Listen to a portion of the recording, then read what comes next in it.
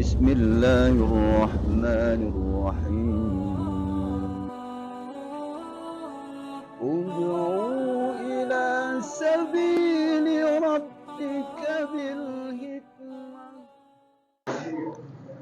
Baik, boleh Bang Dimas untuk ini, untuk baring, kepalanya sebelah sana, kepalanya di sebelah sana, kakinya di sini. Untuk memandikan jenazah, Pak Bu, itu kalau bisa memang harus kita pakai kain, tidak terbuka auratnya begitu saja, tapi ditutupi dengan kain. Nah, kainnya itu kalau bisa setipis mungkin. Kalau kainnya tipis, kita boleh nanti menyiramnya itu dari atasnya, tidak dari bawah. Tapi kalau kainnya macam ini agak tebal dan kayaknya kalau kena air ini agak kurang merasap ke bawah, maka lebih baik nanti kita siramnya boleh agak baring dulu, nggak usah dicopot. Untuk daripada badan si mayit ini. Kita akan bahas sedikit demi sedikit. Ada dua cara dalam memandikan si jenazah ini. Yang pertama, cara yang paling simple, cara yang paling mudah, dan ini juga dibenarkan dalam kitab Safinatun Najah. Itu boleh saja mandi dengan cara ini. Susunan memandikan dengan cara yang minimal. Minimal itu artinya yang tidak begitu banyak prosesnya, yaitu simple-simple saja. Yang pertama dengan cara menghilangkan najis. Dilihat dulu di tubuhnya ini dia punya najis apa, misalnya yang 6. Boleh agak mirip ibu-ibunya. Ya, ibu-ibunya juga penting juga karena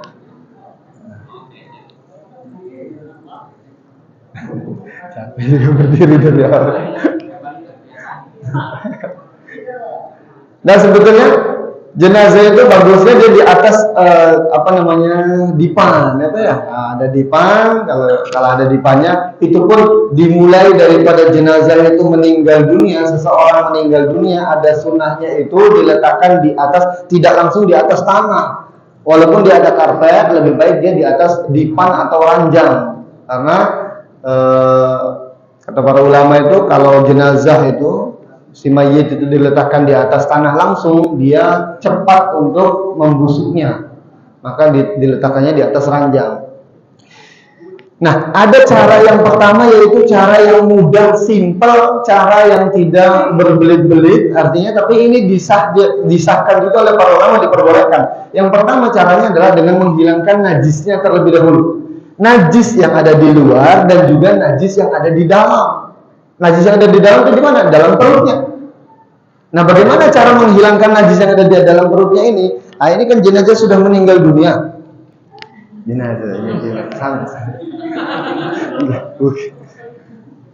Untuk mengeluarkan kotoran yang berada di perutnya ini, kita perlu menekannya, dan juga ada kawan kita yang membantunya, satu orang, Bang Jepri. Ya. Agak dicondongkan ke depan, agak sedikit duduk, tapi tidak juga berdiri, tidak juga duduk banget, tapi setengah gini, agar nanti ini kotorannya itu agak keluar, kotoran keluar, kemudian kita memijat-pijat dengan pelan-pelan, perutnya ini dipijat-pijat sampai betul-betul keluar semuanya. Ditidurkan lagi, baru kemudian dicoba lagi. Kalau ternyata itu kotoran masih ada terus, kita pakai cara yang kedua. Bagaimana cara yang kedua? Yang tadi itu, Pak. Ya, seperti itu. Kemudian kakinya, paha yang sebelah kanan kita angkat untuk memencet perut yang di sebelah kiri. Nah, ini keluar kotorannya. Kalau kita mau mencet yang sebelah sini, kaki kirinya kita angkat sedikit saja. Nah, panjang-panjang. Sedikit saja agar dia keluar. Nah, kotoran itulah. Ya. Kotoran itulah yang mesti kita bersihkan terlebih dahulu. Dan jangan lupa, persiapannya salah satunya adalah kita dengan menggunakan sarung tangan. Sarung tangan, kalau tidak ada sarung tangannya pakai kain yang tipis untuk membersihkan kotoran tadi. Setelah dibersihkan kotorannya, najis sudah tidak ada, baru nanti kita siram dari pakai apa? Air bersih.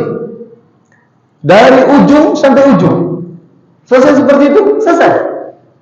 Kalau itu dilakukan dengan baik dan benar, maka memandikan jenazah yang seperti ini diperbolehkan juga dan sah juga. Ini cara mudah.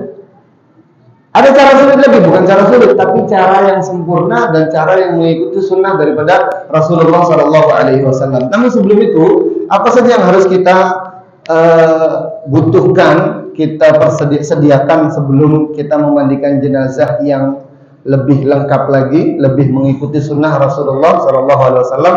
Yang pertama, tempat untuk memandikan jenazah. Tempat artinya, kalau tidak ada kamar mandi di rumah, kamar mandinya usahakan kamar mandi yang luas.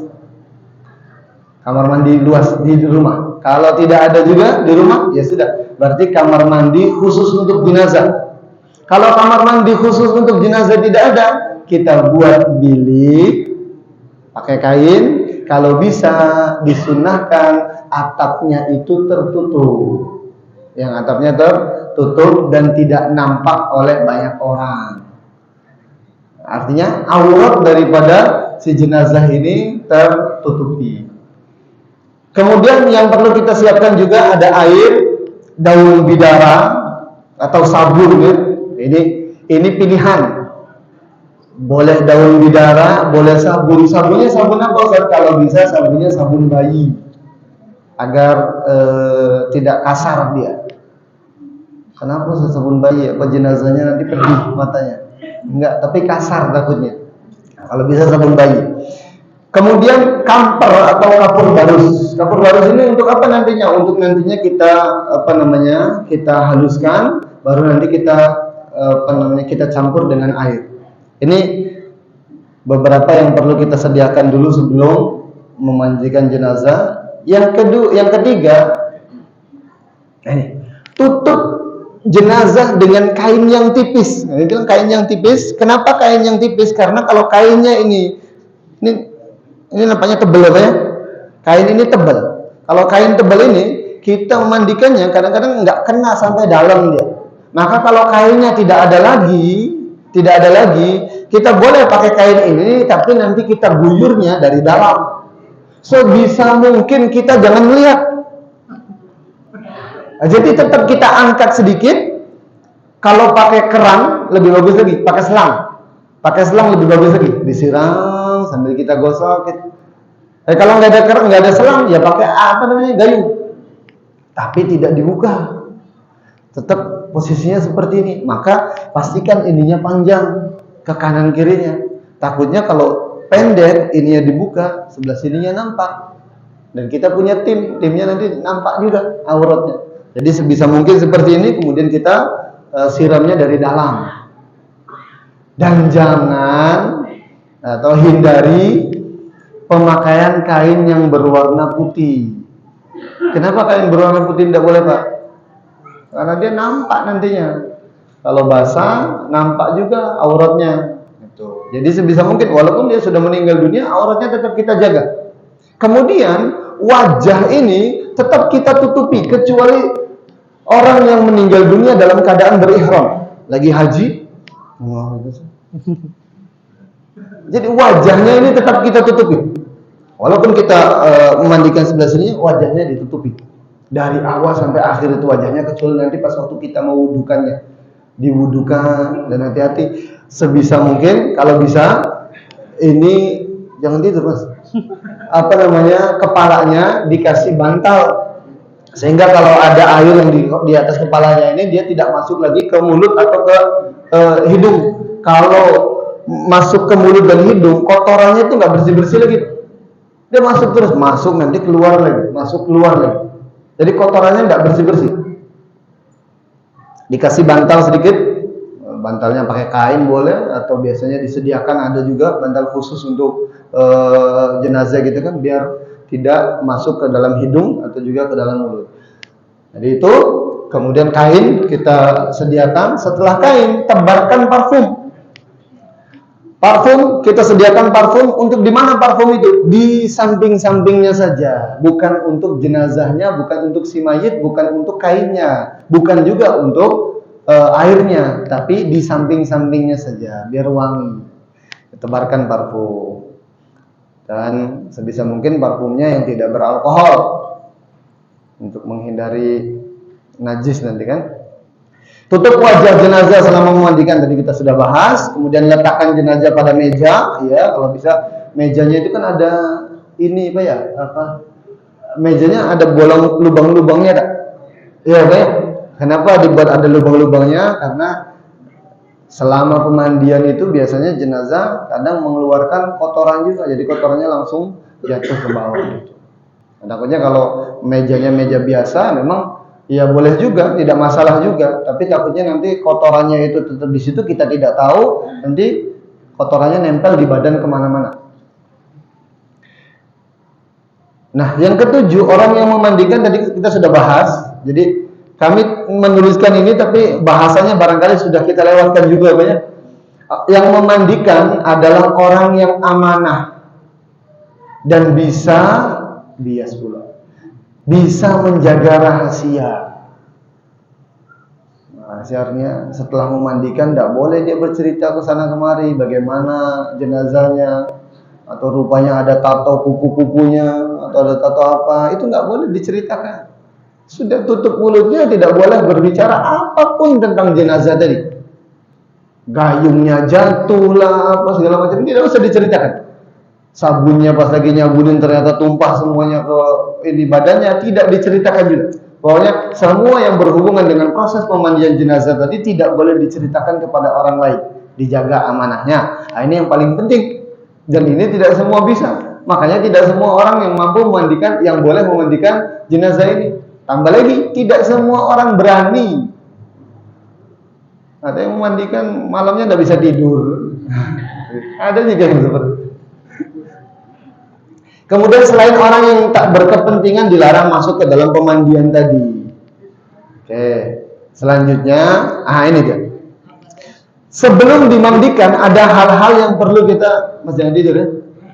Ada hal-hal yang perlu kita perhatikan.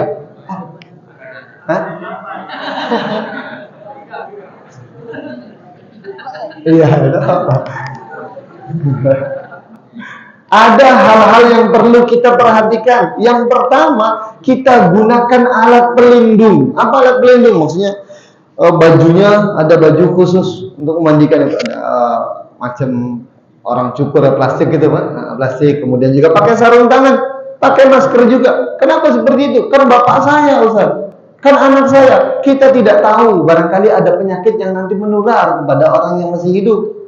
Atau kotorannya itu takutnya nempel ke kita dan kita jadi najis. Nah, walaupun setelah itu ada sunnahnya juga kita mandi setelah memandikan jenazah si mayit itu. Tapi yang pertama adalah kita siapkan sarung tangan yang biasa dipakai untuk dokter itu, Pak, untuk bedah itu sarung tangan. Kemudian maskernya juga kita butuhkan.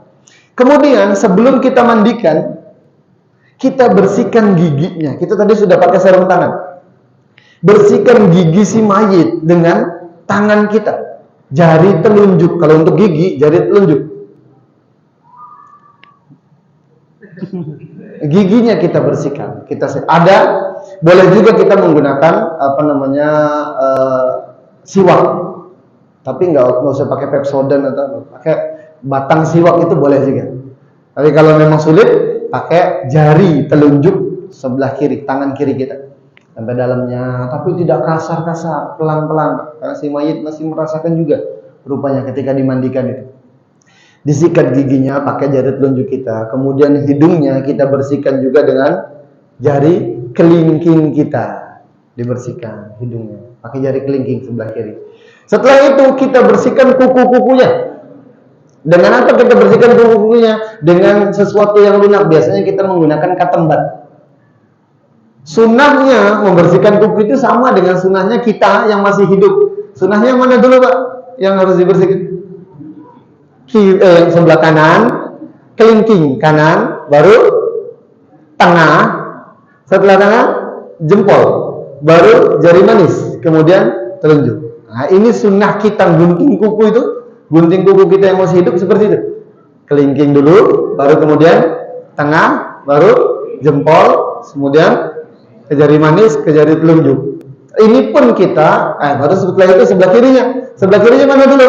Jempol, jari tengah, jari kelingking, baru jari telunjuk dan jari manis. Ini juga yang kita berlakukan kepada si mayit ini.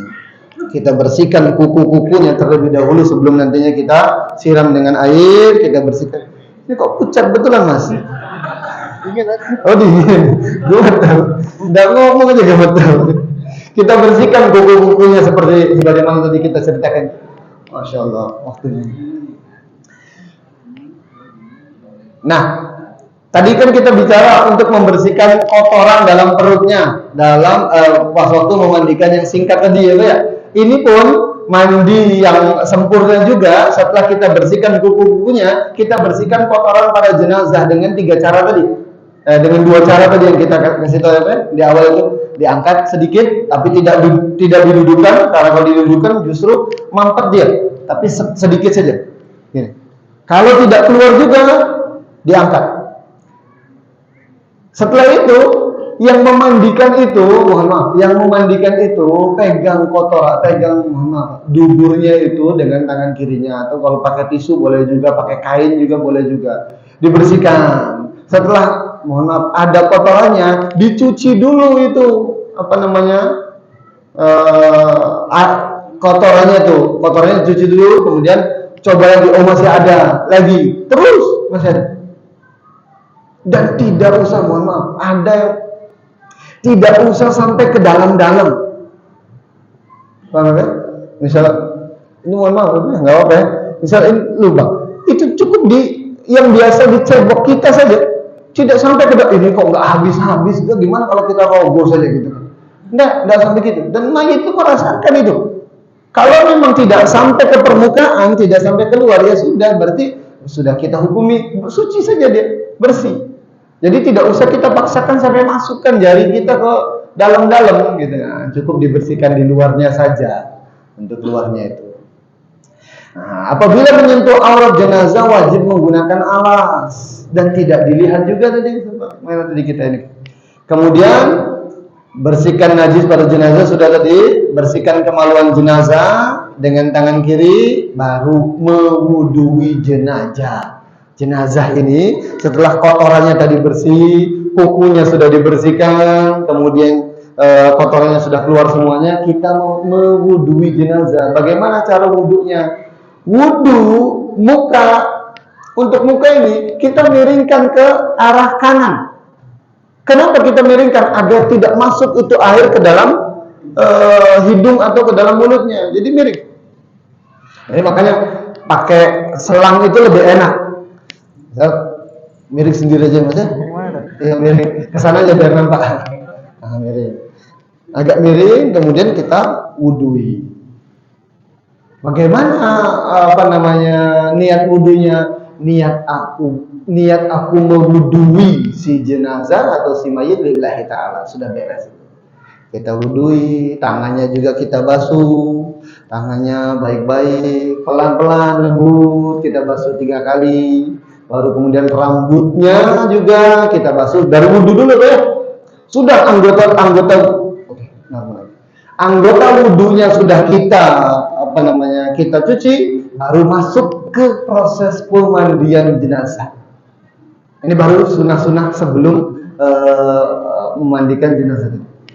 Ada nanti urutannya memang beda-beda. Ada yang bilang wudhu itu nanti setelah selesai semuanya baru diwudhui. Ada juga di awal itu diwudhui terlebih dahulu. Itu tidak masalah, karena inti daripada memandikan jenazah itu 3. Yang pertama membersihkan, kedua mewangikan, ketiga mengawetkan.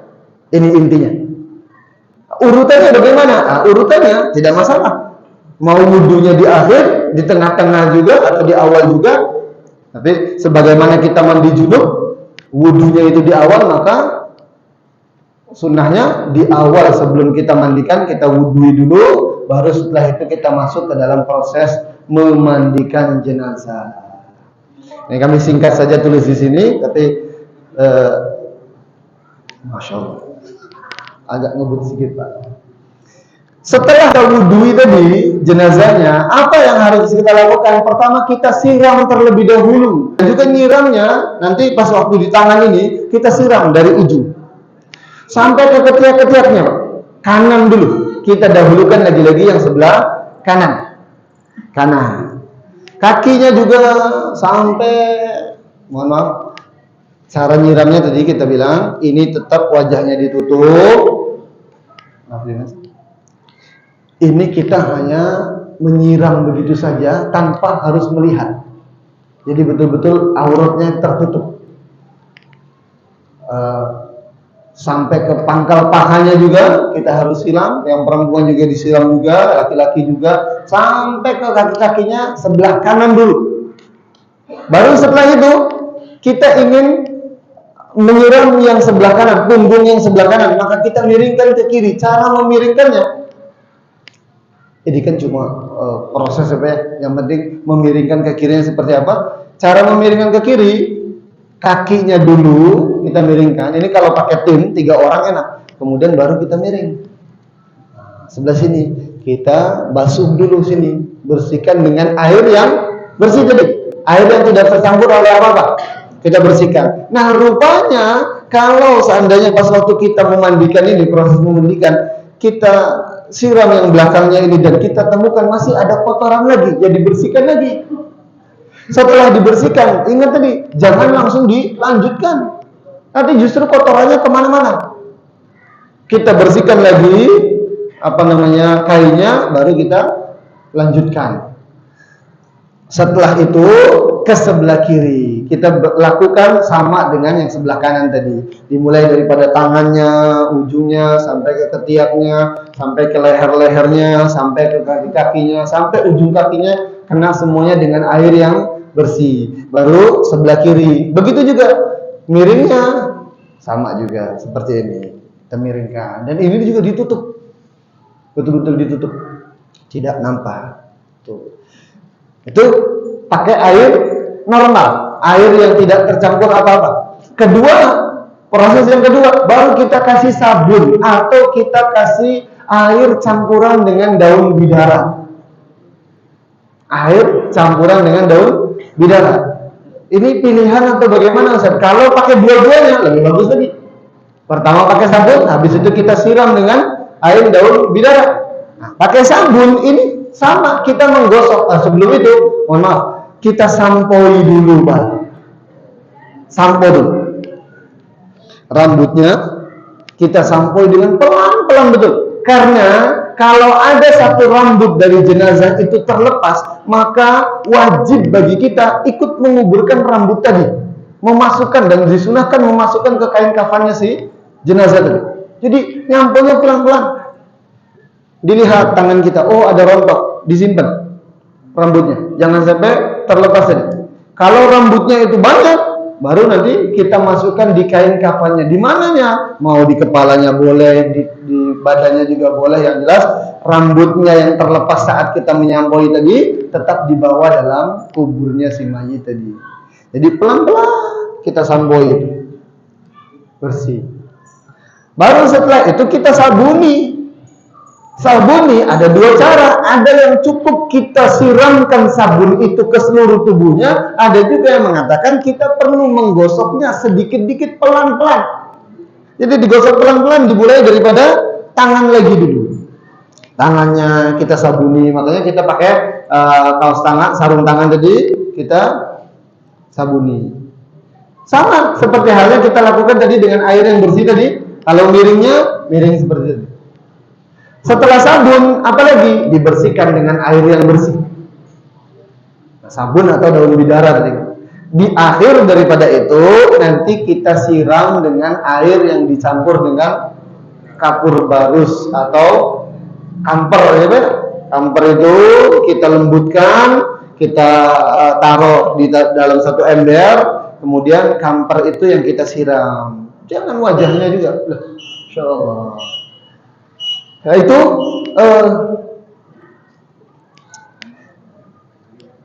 itu kapur barus ya, sedikit kapur barus tadi. Kemudian ini kita bilang, jadi terjadi perbedaan urutan penyiraman. Nanti kita akan temukan itu di satu daerah ke daerah yang lain, itu beda-beda urutannya. Mana dulu, sabun dulu kah atau kapur barus kah? Itu tidak jadi masalah. Yang penting 3 unsur dalam memandikan jenazah itu ada. Apa tadi? Membersihkan, mewangikan sama mengawetkan. Kalau ini sudah dilakukan, sunnah-sunnahnya juga sudah dilakukan, insya Allah itu sudah sah dalam memandikan jenazah. Baru setelah itu nanti kita gotong ke tempat atau ke kain kafan yang sudah kita sediakan. Insya Allah kita akan lanjutkan pada pertemuan yang akan datang atau minggu depan, insya Allah. Itu baik, ada pertanyaan barangkali saja, tapi iya, wajib. Jadi dia meninggal, dia kita kerjakan seperti kita biasa lakukan. Sekarang ini yang jadi masalah, orang yang meninggal yang gantung diri. Oke. Gantung dirinya susah, banyak tekanan dari masyarakat. Saya melihat itu. Banyak tekanan masyarakat. Bahwa dia mandi, tidak disucikan dia bakal. Saya menunjukkan cuma alasan saya. Dia gantung diri itu karena mandi kafir. Iya. Pendapat itu benar atau salah? Oke. Assalamualaikum warahmatullahi wabarakatuh. Assalamualaikum warahmatullahi wabarakatuh. Sebetulnya proses pembahasan tentang fardu kifayah ini kemarin kita adakan tentang fardu kifayah sampai 4 minggu, ibu-ibu. Kita bahas semuanya. Kalau janin yang baru dalam kandungan itu meninggal dunia itu bagaimana? Itu termasuk pembahasannya adalah orang yang meninggal dunia dalam keadaan bunuh diri. Orang bunuh diri itu wajib disolatkan atau tidak? Jawabannya tidak wajib disolatkan. Artinya kalau tidak wajib disolatkan, tidak wajib diuruskan. Kalau mau diuruskan pun tidak masalah. Dan lebih baik diuruskan. Udah begitu saja. Kita uruskan nggak apa-apa. Kalau tidak diuruskan, kita tidak dapat dosa. Tapi nanti ribut itu satu kampung kalau nggak diurusin. Jadi dulu pernah di situ orang berhutang, bahkan Rasulullah itu tidak mau mengurusi jenazahnya orang yang berhutang. Itu pula dijadikan dalil orang yang bunuh diri itu kalau ditinggalkan begitu saja, maksudnya tidak mau dimandikan, kita tidak mau memandikan, kita tidak dapat dosa. Tidak wajib untuk memandikan orang yang bunuh diri tadi. Begitu. Barangkali banyak pertanyaannya, mungkin nanti kita lanjutkan pada minggu yang akan datang. Terima kasih banyak. Assalamualaikum warahmatullahi wabarakatuh.